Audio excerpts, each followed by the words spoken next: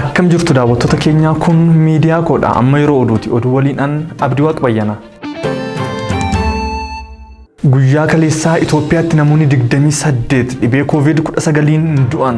Itoophiyaa keessatti sa'aatii 24 darban keessatti namoonni 28 koronaa vaayirasiin du'uu ministeerri fayyaa beeksise. Qorannoo namoota 7607 taasifameenis namoonni 707 COVID-19 qabamuun isaanii kan mirkanaa'e yoo ta'u, kun ammoo lakkoobsi namoota waliigalatti qabamanii 18706 akka qaqqabu taasiseera. Akkasumas har'a namoonni 406 waliigalaan immoo namoonni 7601 dhibee COVID-19 irraa bayyanataniiru. Hayyudureen ABO Jaal Daawud Ibsaa waa'ee dhaabichaa isa darbee fi isa dhufuuf yaada laatan.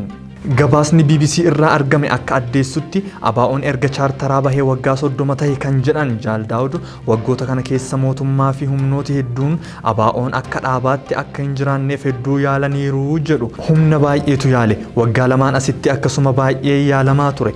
Namni wareegamuu malaa hedduun wareegamaniiru. Garuu dhaabichi jira jedhu Jaal Daawud. Oromoodhaaf dhaaba ABO jechuun tulluu guddaa jechuudha. Oromoon dhaaba kana ijaaree asiin geessiseera. Tulluu kana irraa moccoranii madeessuun ni jiraata. Adda bilisummaa Oromoo jechuun kan hoogganootaa miti, kan Daawud miti. Namni keessaa harca'uu wal harcaasuun ni jiraata. Kun immoo adeemsa qabsootii jedhan. Bara chaartaraa sana karaa dhihaa qofa hooggana keenya nama 10 oltu wareegame. Karaa bahaas akkasuma. Garuu dhaabichi namoota hafaniin as gahe.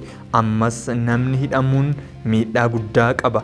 Har'a dhaabichi ammoo namoota muuxannoo fi beekumsa hedduu horatan hedduu qaba. Isaaniinis itti fufaa jedhan.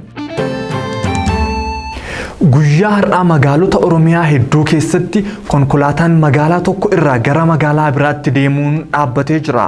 Haala yeroon wal qabatee jaarrawwan hedduudhaaf rakkoolee mudatan sirreessuuf Oromiyaa keessatti sochiileen garaagaraa kan geggeeffamu yoo ta'u, guyyaa har'aa jechuun hagayya 3 bara 2020 ajjechaa artist Hacaaluu Hundeessaa fi hidhamuu lammiilee Oromoo hedduu fi geggeessitoota siyaasaa akkasumas doorsisa lammiilee irra ga'uun booda guyyaa har'aa sochiin konkolaataa magaalaa tokko irraa gara magaalaa biraatti godhamu kutaalee magaalaa Oromiyaa hedduu keessaa dhaabbachuu isaa namoonni kutaalee Oromiyaa keessa jiran dubbatu.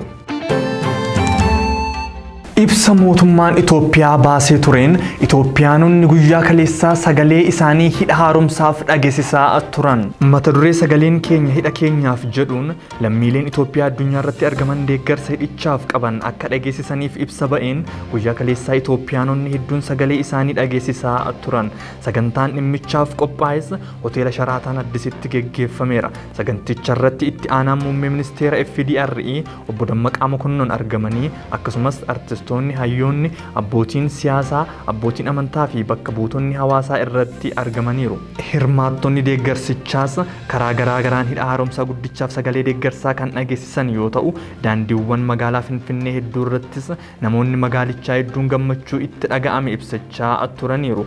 Sagantaa waajjirri mana maree qindeessaa hirmaannaa uummataa hidha haaromsaa guddichaa fi dhaabbata Liift Itoophiyaa jedhamu waliin qopheessaniin Itoophiyaanonni sadarkaa hidhicha irra ga'eef galata dhiyeessuu irratti argamu.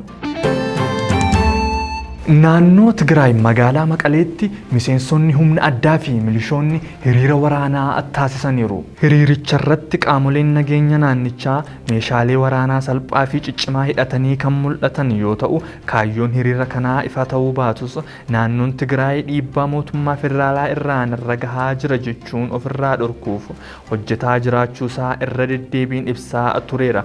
Kanarraa ka'uun hariiroon mootummaa naannoo Tigraay fi mootummaa federaalaa gidduu yeroodhaa gara yerootti hammaataa dhufeera. Qaamoleen nageenyaa hiriira kana maaf taasisan kan jedhuufis mootummaan naannoo Tigraay wanti ifa godhe hin jiru.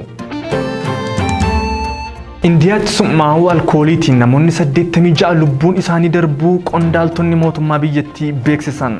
Namoonni miidhaman kunneen dhugaatii alkoolii karaa seeraan alaatiin hojjetame dhuguu isaaniitiin lubbuun isaanii akka darbe himamee guyyaa kaleessaa poolisiin dhugaatii seeraan alaa jedhame kana to'annoo jala oolchee jira. Namoota dhugaatii kana oomishan jedhaman 25 to'annaa jala oolchuusaas ibseera.